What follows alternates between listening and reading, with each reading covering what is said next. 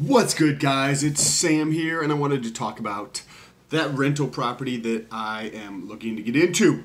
I built a spreadsheet to go over all of the details, so I wanted to talk about that. I feel like showing the actual analysis that I go through might be beneficial to some people. So with that being said, make sure you press that subscribe button and that bell notification so YouTube tells you every time I post a video. Okay, to give you a little bit of context of what is going on, I met a gentleman, an older gentleman, who owns a note on a property. His brother sold it to the lady who lives in the property. So there's a gentleman that I know, and there's a lady who lives in the property. She stopped paying after the brother passed away. So remember, the guy I know, his brother sold to this lady. After all that was done, she stopped paying. After he died, she stopped paying. The brother, or the gentleman that I know, he's older. He's in his 80s, doesn't have a ton of resources, and I offered to help him out in terms of, hey, I'll find you an investor, or why don't you sell it to somebody, or why don't you partner with a lawyer, or whatever the case is to go through this process. That was something he was not interested in, and we just kept talking, and we're friends at this point. And he came to me about 2.5 weeks after that and said, why don't we do something together? That's how it transposed.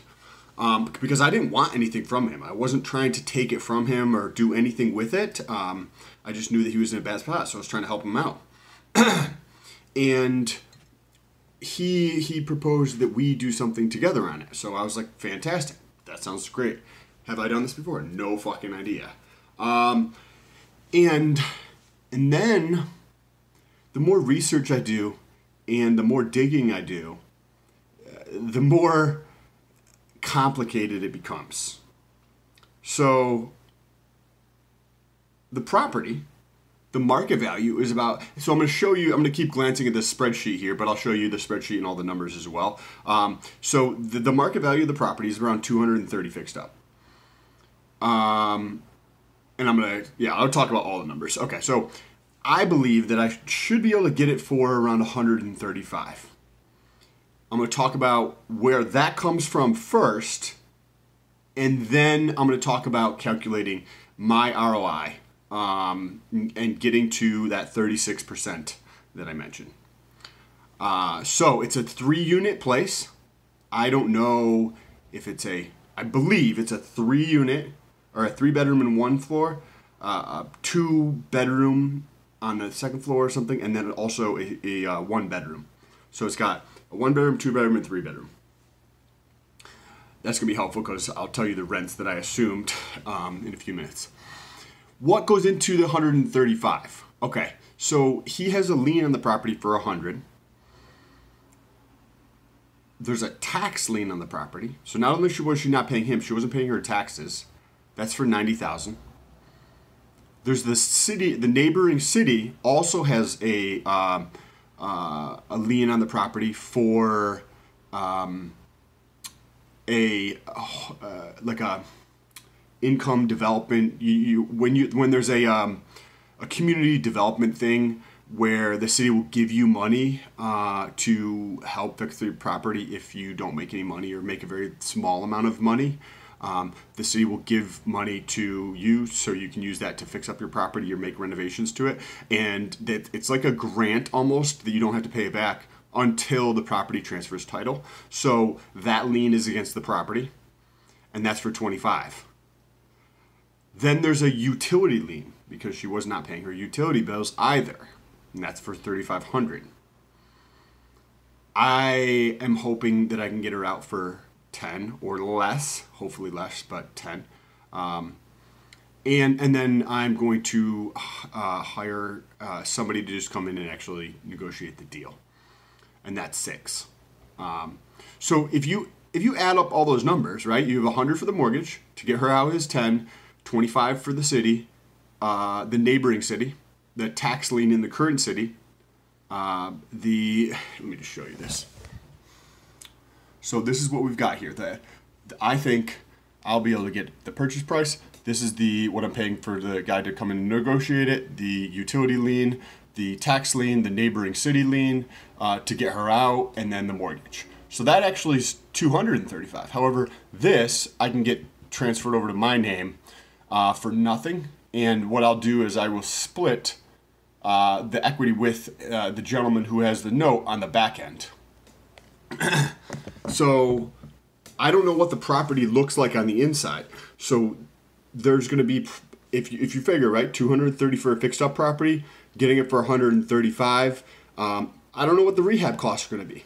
So it is 3 units. There's 3 kitchens to potentially be completely fucked. There's, you know what I mean, 3 issues. So now the only upside I have with the rehab is that back, I think it was in 2005, when the gentleman I know, brother, before he had a note, he had a previous note with the same lady, and then he redid it, excuse me. On the previous note with the lady in the property, there was a fire, and there was insurance money, and there was about $90,000 worth of insurance money that went all back into restoring the property. So I've driven by multiple times. The property from an exterior looks like it's in, like, I would say pretty decent condition. You don't see any issues. The windows don't look shitty as fuck. Siding's in good condition. All that kind of stuff. However, I have no idea what the inside looks like. And she hasn't been paying any of her shit. So she could just not be living on the second floor because there's a leak in the roof. Like, I have no idea what the inside looks like or how bad it is, if there's just like no drywall on any walls. Like, I have no idea. You know what I mean? Some people are just a little bit like, you know what I mean? They have other things going on in their life, so they choose to live in a certain way. So I'm factoring about $35,000 for a rehab. And the reason I'm not going any higher than that, or lower, but I don't think if it's lower, that's just going to be fucking added bonus. But the reason I'm not going any higher than that is because and it's perfectly possible anybody who is watching this video who's done this for a while will probably just be like, hey, well, you got to factor in fucking this, and the other thing. Anything that's slightly cosmetic, even just remotely putting up drywall or all these pieces, I'll just do myself. It won't be that bad. I only work 40 hours a week. So, I mean, I have another 40 hours a week to fucking put into this. There'll just be less workout videos and workout content. It'll just be about my fucking rehab. So, I mean, I'm not married. I don't have kids. My girlfriend's in a different state. I don't, you know what I mean? I don't have like other hobbies like normal people do in terms of, I don't know, whatever normal people do. So I would just do this an additional 40 hours a week to do the renovation, which I think, honestly, I can get that repair down below 35, but just to be super conservative, I'm going to call it 35, because if you figure, like, if you're doing a rental, like, I don't know, I've worked with a bunch of investors at my last company, and, I mean, some of the shit you can do for 20 grand is, like, ridiculous. So, for 35, you know, but we'll see. And then, especially if I'm doing a lot of the labor, you know what I mean, if there's any type of demo or anything like that, I'll just do all that shit myself. Okay, so now, on the back end, right? So I'm getting the property for 135. I'm rehabbing it for 35. That's going to put me at 170. I'm going to split it with the note holder, right? So that means he's going to get 30. I'm going to get 30 plus own the property. So the factors that are going to go into calculating the cash return, or like how I analyze a property, like you might do this differently, but this is how I analyze a property, right? So I'm going to give you the synopsis of it, and then we'll go in here and I'll show you the numbers. So first of all, I'm looking at the income, like how much I'm going to get for rents. Second is the expenses. Third is cash flow, and then the fourth is the actual return. So there's those four things that I'll look at. So we're going to start with the income, which is pretty fucking simple. And then we're going to go to the expenses, and then we're going to go to cash flow. So let's take a look at this. Sorry, I'm going to try to hold this really steady. Put the keyboard out of the way. Okay, so what we've got here is the gross income. And as I mentioned, I think it's a 1-bedroom, 2-bedroom, and 3-bedroom. It's a 3-unit place. So I factored in 1,100, 900, and 700 for the rents for a total of 2,700. However, if you go to rentometer.com for this area in Massachusetts, a 3-bedroom I think was like close to 1,500. A 2-bedroom was like 13, and a single I think it was like 11. I don't remember what the single was. This is conservative on these rent numbers. So I'm not, like, I think these rent numbers are on the low side, just like I think the expense side are on the high side. So this ROI is potentially significantly greater than that. Now we're going to talk about the expenses. So I think this could be closer to 3,500, honestly, but I'm not going to even. I mean, even if it's 3,000, right? That's the additional $300 a month. But excuse me, just to be conservative, we're going to call it 3,000. Now we've got the expenses. So we've got taxes. So they're about 3,700 for the year. The insurance, I think I factored in about $800 for the insurance. Utilities, I'm not going to be paying that, so that's just zero. Snow or lawn, I have no fucking idea. So I'm putting down $50 a month. I mean, more than likely that's something I will do. Maybe I'll just have snow and I'll take care of the lawn. I don't know, but just to be conservative, I threw in $50. PMI is $81, which is personal mortgage insurance. and then you're like, how are you going to do that? It's an investment property. Well, I'll get into that in a second. The maintenance on the property, I'm figuring $50 per unit per month. So $50 for unit 1, 50 for 2, 50 for 3, for a total per month of $150. And the mortgage is $688, and that's based on a 5% down on a $135,000 property at a 5% interest rate. And I've already been pre-qualified, so the interest rate I'll actually get is going to be less than that, but I just wanted to be conservative with a lot of these, the expenses, to just make sure it actually makes sense. So the 688 is actually going to be less than that, for that's the principal and interest, because my pre-approval was under 5, and I work in financial services, so I actually get a discount on top of that. So next we're going to get into the cash flow. Now, cash flow is just literally the difference between your gross income and your expenses, right? You just take the difference between the two of those. So now, let's get into here. 2,700. Now, the total expenses is 1,344. So the difference between 2,700 and 1,344 is 1,356. So that's per month, right? $1,356 per month. That's pretty amazing. So I wanted to just make sure I was super conservative on these numbers. So I could even, you know what I mean? If something is much higher in here, just because this is just a ridiculously cheap price. And that 230 is not even based on a multi-unit place. So I think there's, I don't know enough about the market here to articulate anything other than 230, but I've seen plenty going for higher, but I chose a much lower number just to be conservative. Okay, so 1,356. This is actually just the number from Zillow. Then we're going to get into the return. Now, what the return is, right? This is a cash-on-cash return. That's the annual cash flow divided by the total paid in, which is just the total amount of capital supplied to the deal, and times 100. That's how you get a percent. So the annual cash flow, we've got two things here, right? We've got initial cash flow, and then we have after 30 months. And you're like, why the fuck do you have after 30 months? What the hell does that mean? Well, remember when I told you at the beginning that I'll make about 60, and then I got to split it with the note seller? So I got to pay him $1,000 a month for the next 30 months. So that's why I have two different cash flows. I have the initial one, and then I have the cash flow after 30 months after he's paid off. So You know, if the repair costs are 20, then, you know, it'll be 36 months or 37 months. You know what I mean? Whatever it comes out to be. But there's going to be a level of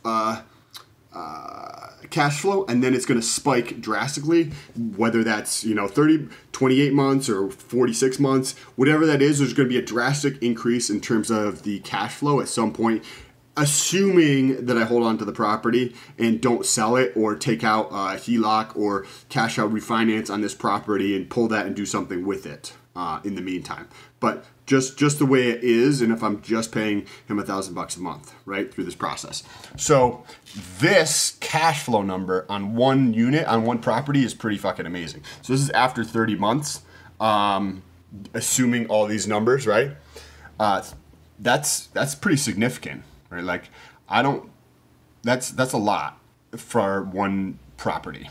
So this is with paying him $1,000 a month, and literally what that is this cash flow number minus $1,000. So it's $356 times 12, and that comes out to be $4,272. And then this is just this number times 12. So now we want to know what right here the total paid in. So that's going to be the down payment. Right? So this is 5% of $135,000. Right? So I'm going to be moving into the property. So I will be able to get very low amount that I have to pay into the property. And that's even being conservative, because I'm going to try to do like a 97.3, which just means like I hopefully would be able to put down only 3%. So that number could be even less. That I would have to put into the property, at least initially. I don't know. We'll see. There's some grants out there too. Like, I'm not opposed to getting it for nothing. Now, the closing costs, those are going to be the fees and the appraisals and everything like that right here. Closing costs, somebody else can let me know down below in the comments. But on the way down to the comments, make sure you press that subscribe button and that thumbs up button. Okay, so the total amount of cash and then the rehab numbers we spoke about earlier. So the total out of pocket that I will be paying is $44,450. Now, we have initial, this is just cash on cash return. We have an initial cash on cash return of 9.61%. What that literally is, right? We have the annual cash flow, okay? So we have annual cash flow right here. So we have this number divided by that number times 100, okay? That gives you 9.61%. This number, right? This is the long-term cash on cash return, is the annual right here, the long-term one. So it's this number divided by that number is 36.61%. So some things to potentially think about, right? The numbers look really good. Yeah. But then again, like the initial cash on cash return, like is 9.61%. And we could go back and forth. Can you get 9.61% return on something else, right? Could you put your money could you put $1,000 into a bank account and get $100 back at the end of the year? That's a 10% return on your money. That's a cash on cash return. Could you do that? Yes. Well, then if you can do that in the bank, maybe that's a better idea than doing something like this that is potentially risky. If you don't get any ROI from the process of learning and going through this, right? If you have, a family and kids and 17 other things going on, then maybe that other way would be a better way for you to get a return. If you value the process, meaning going through all of this, not just the spreadsheet, but the next several months as I actually purchase it, hopefully it goes through, purchase this property and then go through the actual rehab and issues and costs and all that details associated with it. As I actually go through that, I get an ROI because I learn from that, right? And then I'm going to meet some other people through this process and I'm going to be talking about it. So that is value to me as well that is not factored into this number. And you're like, well, that's fucking ridiculous, Sam. Well, that's what it is. It's just called life, right? Look at where you are today in life. You didn't get to where you are today in life without doing the things you did in the past, period. And the other thing that I didn't even mention is, so $135,000 purchase price plus $35,000 in rehabs will put it up around $60,000 equity in the property. However, that $35,000 I'm just probably going to pay out of pocket, so I'll have around $100,000 equity in there. Now becomes the fun part, because now I can pull that out with the HELOC and just keep reusing that money. Or I could do a cash out refinance. So basically just refinance the property. And if I went back up to, say if I went up to 80% for my leverage, then I could drop the PMI expense, which would increase my cash flow on here. The mortgage payment would change, but instead of paying insurance, I'm paying on the mortgage now. And it would probably increase by a decent amount. But then the other thing about a cash out refinance is that does not trigger any tax event. So I could just pull that cash out and use that on another deal, which, yes, would be beneficial. But maybe what would be more beneficial is doing a HELOC, right? A home equity line of credit, pulling out a significant portion, pulling out 70 grand, using that 70 grand to purchase another property in a similar situation so that I can start to get the ball rolling to acquire more of these to build a bigger portfolio than just 2 properties, because I also have a property in Florida. Anyways, I thank you guys for watching. I really appreciate the support. If you guys have any questions, let me know down below in the comments. I'm curious to hear what your thoughts are about this fucking astronomically crazy return. It's pretty fucking sick. Thank you again. Don't forget to say what's up on Instagram. There's a link in the description. I'm on there all the time, and I will get back to you as well. I also read through every single comment. So thank you, and I will talk to you soon. Peace.